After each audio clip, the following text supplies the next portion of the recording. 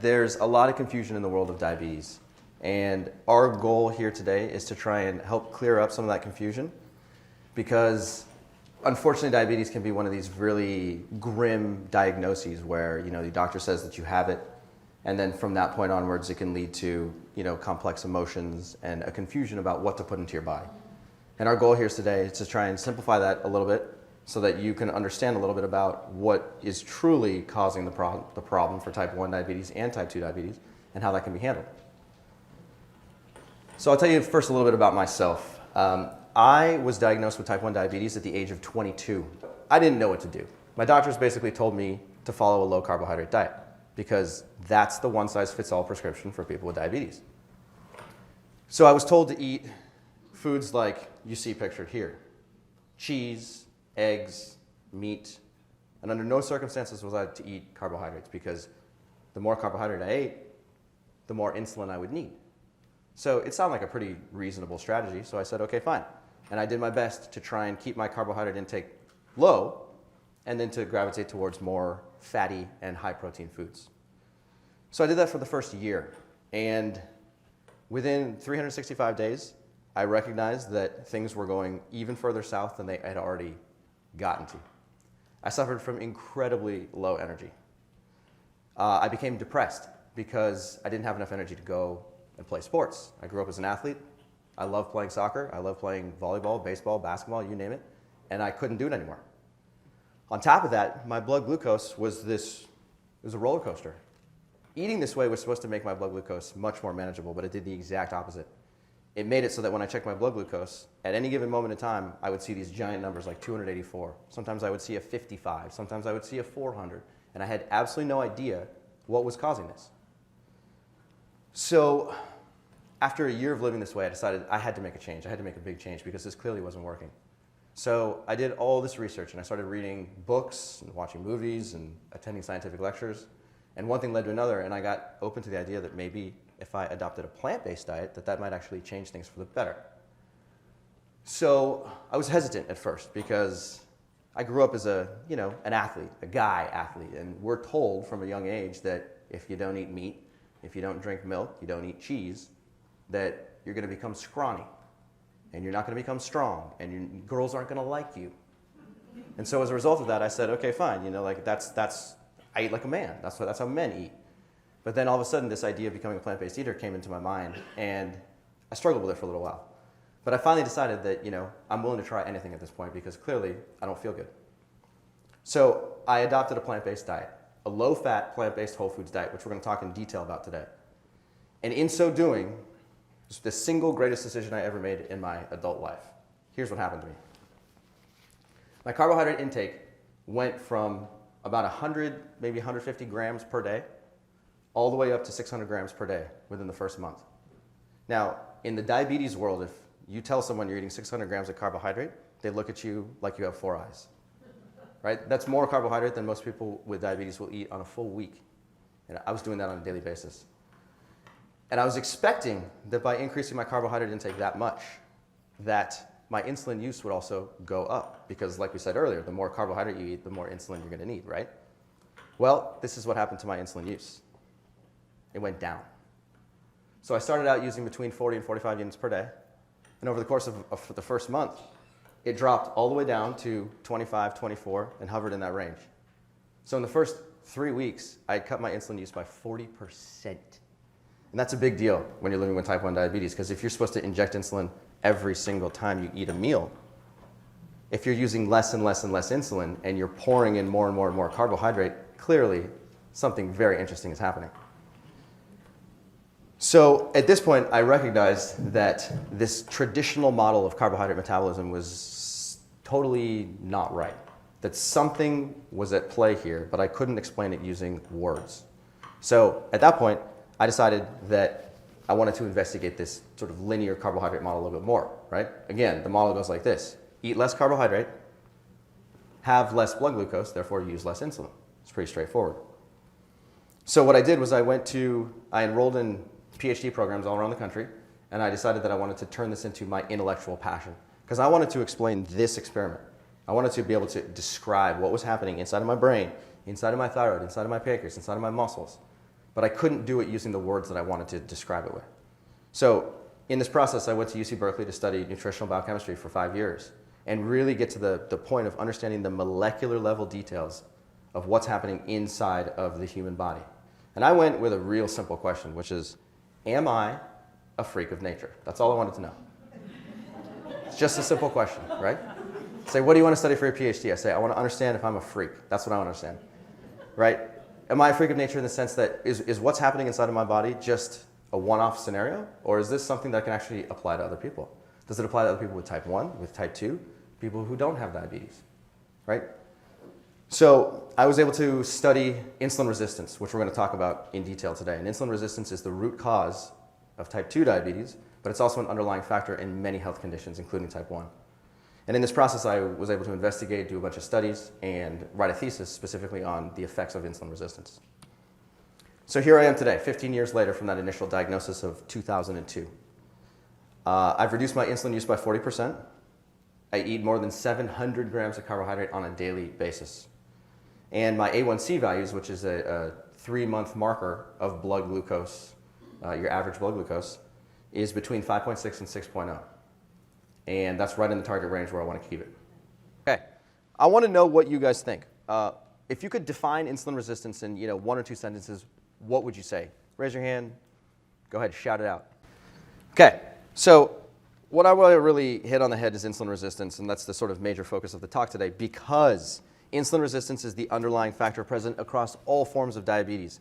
But a lot of our doctors, the medical community, doesn't understand this. They weren't trained properly to get the knowledge and the tools. And as a result of that, a lot of us are given improper information. Doctors are great people. They're not to blame. But the fact of the matter is, if you really understand what insulin resistance is, then you yourself can treat insulin resistance and reverse it. That's what we're looking for today. So just like you guys said, insulin resistance is caused by the storage of fat in tissues that are not designed to store fat. So remember that. Insulin resistance is caused by the storage of fat in tissues that are not designed to store fat. From now on, you guys are world's experts in insulin resistance. If anybody asks you, what is it, you repeat that sentence right there.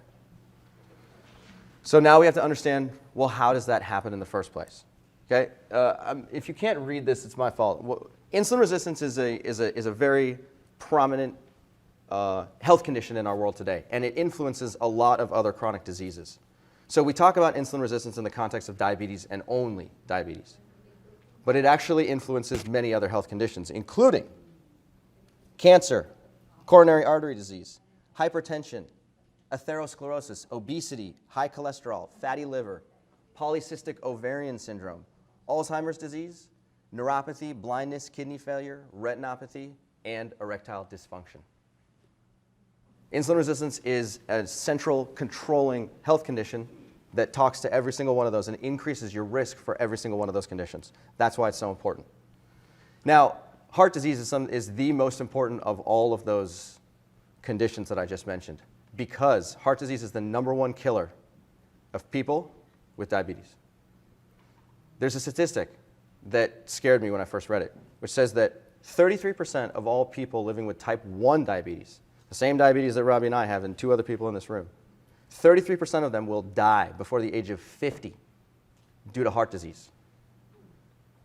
That's a scary statistic. Heart disease is also very prevalent in the type 2 diabetes and the pre-diabetes world as well. And you see, if you read the literature, like I do in my spare time, because I'm a nerd, you'll find that insulin resistance is very strongly correlated with heart disease. It's strongly correlated with hypertension, with high cholesterol, with coronary artery disease, with ischemia. And this is very scary because if you don't control insulin resistance, then ultimately heart disease is one of the things that can get you. Now, most physicians have been trained to believe that insulin resistance is only associated with prediabetes and type 2 diabetes. So the model goes like this. First you develop insulin resistance, then you develop prediabetes, then you develop full-blown type 2 diabetes. And that's it. The problem, though, is that insulin resistance, like I mentioned earlier, is actually influencing all forms of diabetes. So it influences type 1 diabetes. It influences type 1.5 diabetes, which is a highly misunderstood form of diabetes. It's an adult onset, slow progressing version of type 1 diabetes. It also influences prediabetes, type 2 diabetes, gestational diabetes, what pregnant women get, which is temporary, And then Alzheimer's disease, which is now being classified as type 3 diabetes. That's insulin resistance of your brain. So we can't really talk about any version of diabetes unless we talk about insulin resistance, because then we're just missing a very large puzzle piece. So in order to understand this, let's understand a little bit about how your pancreas functions. Your pancreas has two functions. There's an exocrine function and an endocrine function. 99% of your pancreas is related to exocrine function. That's what it performs. Exocrine effectively means that it secretes digestive enzymes that are required for breaking down the food that you eat. So every single time you open your mouth and you eat food, that food travels through your digestive system. Your pancreas makes digestive enzymes. 99% of your pancreas is devoted to that task. The other 1% of your pancreas contains these things called islet cells. And islet cells are the endocrine function of your pancreas. And endocrine is a fancy way of saying secreted into the blood. So it makes very specific hormones and very specific proteins that it puts into the blood. So if we look a little bit closer at that 1% and try and understand what those islets look like, okay? Islet cells are actually clusters of cells. So instead of calling them islet cells, we'll refer to them as islet clusters, because they're collections of anywhere from 1,000 to 4,000 cells that have a very specialized function. And those cells have three different types. There's alpha cells, there's beta cells, and there's delta cells. Don't worry about that. All we need to worry about are the cells in green, which are the beta cells, because those are the cells that actually secrete insulin. So when you eat foods that contain carbohydrate, those cells sense it. Again, a small population of cells. But when those cells fail, you have a system-wide problem that if left untreated, can cause death. So it's a very important collection of cells, even though there's not very many of them. So in the case of type 1 and type 1.5 diabetes, we have the picture shown here. A normal islet function on the left is when beta cells are able to sense how much glucose is in the bloodstream, and then they can secrete insulin, as you see in the red. But in the case of type 1 diabetes, where it's an autoimmune condition, your own immune system is actually attacking those cells. Your immune system creates these antibodies. And these antibodies then go with a specific task to just kill beta cells and only beta cells. And as a result of that, those cells can no longer secrete insulin because most of them are dead. Type 2 diabetes, on the other hand, is a separate issue. Type 2 diabetes, before it becomes a pancreas problem, starts in your muscle and starts in your liver. So when we think of type 2 diabetes, we're always thinking about, well, what's happening with my pancreas? Something's wrong with my pancreas. Clearly, my pancreas isn't working, right? But your pancreas is a consequence of what's happening in your muscle and what's happening in your liver. So if we can just focus on treating your muscle and liver properly, then your pancreas can get room to breathe and regain its normal function. So this dysfunction that happens to your to your muscle and liver is called insulin resistance. Okay, so if we go back to what we said earlier, insulin resistance is what? Very good. The storage of fat and tissues that are not essential for fat. There are two main tissues that we need to worry about. Your muscle, which is what we just went through. The same exact situation happens in your liver. When your muscle and your liver become insulin resistant, glucose becomes trapped in the blood. That's a problem. So if you go into the research and you start to really investigate what's happening here, you'll see this all over the place. They draw these fancy pictures with these transport proteins and insulin molecules and insulin receptors, and you end up with a picture that looks like this. So let's walk through this right here. First step, it's called fatty acid flux, or basically increase in fatty acids in your diet. So that happens in the blood first. Second step, tell the insulin receptors to reject insulin. Step 3, don't allow glucose to enter the cell using these things called glucose transporters. As a result of that, less glucose comes in to build that glycogen molecule, and as a result, you end up with less glycogen. See the problem? Too much fat to begin with, now we can't store carbohydrate or glucose. Okay, so again, I want to reiterate this and hit this on the head. The accumulation of fat in muscle and liver traps glucose in the blood. That's the problem. That's insulin resistance. That's prediabetes. That's what happens in type 2 diabetes as well. Now, it turns out that dietary protein also has a very similar effect, independent of fat. So in some studies that were performed to try and understand exactly how protein affects your blood glucose values, what some researchers found was very eye-opening. So you see this complicated graph here on the left. Let's walk through it really slowly. On the very bottom, we have a curve which shows what happens to your blood glucose after you eat a low-fat, low-protein meal. So you see how your blood glucose rises and then comes right back down? Okay? That's what's called a normal glucose response, or a normal glycemic response to a meal. If you simply increase the amount of protein in that meal, okay, you go from 5 grams of protein to 40 grams of protein, look what happens. Your blood glucose response goes up. We didn't touch fat. We only added protein. If you add fat and you take away the protein, you get a similar response. What happens if you add fat and protein together? If you add fat and protein together, you get that response. So what this shows you here is that by simply adding either fat or protein, and I'm talking considerable quantities of either one, you end up elevating your blood glucose more and more and more. If you have a meal that contains both fatty acids and protein together, your glucose is highest. It's a problem. Okay, so now what happens is that when you've been diagnosed with diabetes, how many of you guys have been told to restrict your carbohydrate intake? Is that something? Raise your hand high. Raise your hand high. I want to see it. A lot of you. Okay. So again, doctors are not bad people. I have 5 doctors in my family, absolutely wonderful people. The tools they've been given, the education they've been given is insufficient. And so as a result of that, they say, oh, you've been diagnosed with diabetes. Carbohydrates are your enemy. Let's put you on a low carbohydrate diet. So that's what happens is that you shift away from the blue, the carbohydrate, and you start to eat more red and more green. More fat, more protein. This complicates the problem. So whether you have type 1, type 2, gestational diabetes, prediabetes, that's what happens. They push you towards this high-fat, high-protein diet, and you become more and more insulin resistant. So low-carbohydrate diets have been given a ton of different names over the course of time. You first started with the Atkins diet back in the 1970s, and then that became the de facto low-carb diet. From that point, in the 1990s, you had the South Beach diet, the Zone diet. You have the paleo diet. You have the ketogenic diet. And then you have things like Dr. Bernstein, who's the ultra-low carbohydrate solution. You guys seen these types of diets marketed on TV commercials? Okay? They're all just different incarnations of a low carbohydrate diet. And they all have the same effect, which is that they increase your level of insulin resistance. Now, here's another thing that kind of complicates the fact. If you look in the literature, you'll see these types of studies that get reported in the New York Times and the Washington Post, where they basically say, look, we directly compared a low-fat diet versus a low-carb diet. And here's what we found. The title of this paper basically says, Comparison of Low and High Carbohydrate Diets for Type 2 Diabetes. And the conclusion shown here in red is, I'll read it to you. Both diets achieved substantial weight loss and reduced hemoglobin A1C. Again, that's your average blood glucose marker. And fasting glucose. The low carbohydrate diet, which was high in unsaturated fat and low in saturated fat, achieved greater improvements in the lipid profile. So that means that your cholesterol level came down, blood glucose stability, and reductions in diabetes medication requirements, suggesting that low carbohydrate diets are an effective strategy for the optimization of type 2 diabetes management. So the conclusion that the authors came to is that low carbohydrate diet won. It's better than a low fat diet.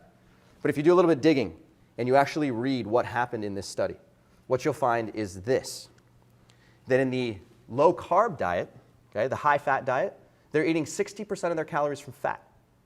That's exactly right. That's what happens in a low carb diet. In the low fat diet, they're actually eating 30% of their calories from fat. So they call it a low fat diet, but they feed people 30% calories from fat. It's not a low fat diet. It's not even close to a low fat diet. So these types of studies are flawed at their core, and they're all over the place. And they drive people, and they drive policy changes towards more low carbohydrate diet, more low carbohydrate diet. So you guys are now educated. When you see this type of information, dig deep and find out what's actually happening here. Okay? Robbie and I like to say this all the time. There isn't a single low-fat study that shows that a truly low-fat diet, which is less than 10 or 15% of your diet, does worse than a low-carbohydrate diet. There isn't a single study that we can find. Okay? So when we're talking about a low-fat diet, we're talking about a diet that contains at most 15% of calories from fat. And that's very important. So low-carbohydrate diets promote short-term improvements in a lot of things. How many of you guys know somebody that's eaten a low-carbohydrate diet? How many of you guys are on low-carbohydrate diets right now? Raise your hand. Raise them high. Okay. How many of you guys have interacted with somebody who said, oh, yeah, I'm on this low-carbohydrate diet, and I lost a ton of weight. I lost weight, my glucose improved, my cholesterol dropped, right? You've heard this before, right? And that's because low-carb diets work. They absolutely work, but they work in the short term. They're not effective long-term strategies. They're not effective long-term solutions because they actually increase your risk for chronic disease. But you can't see that in the short term because all you're focused on in the short term is that you get a better A1C value, you reduce your blood glucose variability, meaning you get less swings and you get a much more stable blood glucose, which is a good thing. You can reduce your total insulin use. You can reduce your LDL cholesterol, the bad cholesterol, and you can lose a ton of weight. The problem, though, is if you look in the literature and you really try and understand what is the effect of a low-carbohydrate diet in the long term, I'm talking 6 months, 9 months, 12 months, 2 years, 5 years, 10 years of a low-carbohydrate diet, what you will find is that low-carbohydrate diets that are high in fat and high in protein end up developing a lot of the problems that you see here. So as far as heart disease is concerned, we have increased risk for heart disease, for hypertension, increased LDL cholesterol, increased triglycerides, and increased risk for atherosclerosis, which is the hardening of blood vessels all around your body. You also see in the glucose side of things, you get an increased level of insulin resistance. Does it make sense why insulin resistance would start to predominate? Right? Think of the picture we painted earlier. More fat causes less glucose. Glucose has to stay out, gets trapped in the blood. So you get more insulin resistance. And as a result of that, your liver builds up fatty acids, and you can develop a condition known as fatty liver, which can eventually lead to liver cirrhosis and eventually liver failure. You can also significantly increase your risk for cancer. This is now being shown. You can significantly increase your risk for kidney failure because your protein intake is very high. You get increased total body inflammation, which is measured by a protein called C-reactive protein. And then in the long term, we see that people end up actually either gaining weight or preventing the loss of further weight. Low energy, impaired digestion, food cravings, the list goes on. So that's why we have to understand that low-carbohydrate diets, even though they work in the short term, are not effective strategies for the long term because they actually increase your risk for the development of other health complications. So the question really becomes, well, what are we going to do about that? How do you actually reverse it through diet? So that's how you do it. Exactly what she just described, a low-fat, plant-based, whole foods diet. That is how you reverse insulin resistance and gain insulin sensitivity. And my kitchen is so clean. It's even better, added benefit, right? That's exactly how Robbie decreases insulin use. That's how I decreased my insulin use by 40%, even though my carbohydrate intake went through the roof. That's insulin sensitivity. More carbohydrate for less insulin. That's what it means. So people who adopt a low-fat, plant-based approach, we recommend eating 15% of your calories as fat at the max and 15% of your calories as protein at the max. So if you max out both of those at 15%, then the balance becomes carbohydrate. So you can call it a high-carb diet, a high-carbohydrate diet. You can call it a low-fat diet, call it a low-fat, low-protein diet. Call it whatever you want. The fact of the matter is you're eating a lot more carbohydrate and a lot less fat and protein. So on this approach, you might be wondering, well, what the heck can I possibly eat? Right?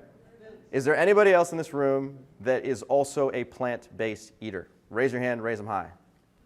I'm preaching to the choir. Look at that. I didn't even know. Okay, we got a lot of people. This is great. Okay, so we like to separate foods into the red light, yellow light, green light categories. So let's start with the green light categories, okay? Fruits. All fruits. Non-starchy vegetables. I'll get to that in a second.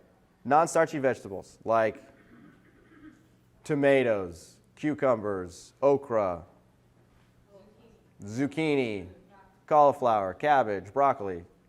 And then we also have not starchy vegetables like potatoes, squash, turnips, parsnips, rutabaga, things that grow on the ground, root vegetables. Okay? Beans, lentils, and peas. This category of legumes has been shown to have specific anti-diabetic activity. Can definitely control your blood glucose not only when you eat it, but also at the next meal afterwards. Green leafy vegetables, all the green leafy vegetables you can think of. Lettuce, cabbage, arugula, collard greens. intact whole grains. Those are whole grains that have not been processed. They're minimally processed as much as possible. And then we have herbs and spices, which have significant documented antioxidant activity. So if you focus your diet on these green light foods and you try and stay away from the red foods over on the right, just watch what happens. Okay, the red foods we have on the right, dairy products, all dairy products. We're talking about milk, cheese, ice cream, yogurt. We're talking about eggs, processed meats like deli meats, red meat, white meat, poultry, fish and shellfish, oils of any kind. It's a very important thing to understand. Even though oils come from plants, oils are not food. Oil is the most refined product in the supermarket. Oil is the fat equivalent of sugar. Okay? You take a red beet as an example and you process it to death and you end up with a white crystal. You take olives and you press them and you end up with a liquid called oil.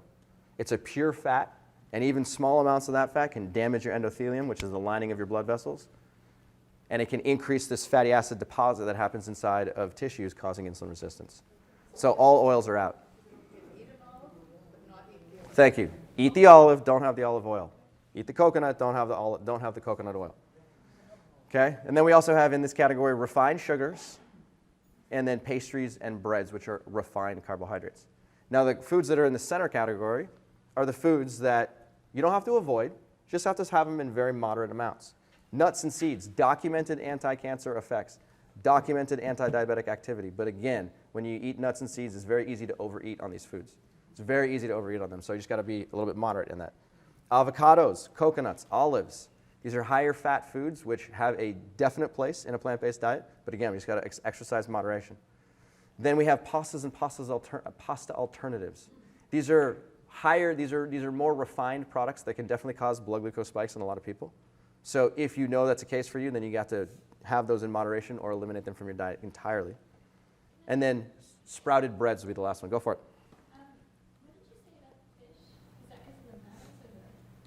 Okay. All right, so this is what low-fat, plant-based, whole food nutrition looks like. As you can see, it's super colorful, okay? People who become plant eaters take a lot of pictures of their food, right? How could you not? I mean, look at it. It's tasty. I'm getting hungry just looking at this, right? Very colorful food. Foods that are extremely colorful are rich in compounds known as antioxidants. You guys have probably heard of those before, right? Okay? Antioxidants are pigments. The more colored your food is, the higher its antioxidant value, the more anti-inflammation it will promote inside of your body. So that's why when your mother told you to eat the rainbow, she was right. Even though she didn't know why she was right, she absolutely was. We're talking about dishes that look like this. We got beans, we got fruits, we got root vegetable soups, we got corn, fruits, salads, all types of food. If you don't think that this food is tasty, I challenge you. This stuff is incredibly tasty. It's very addicting.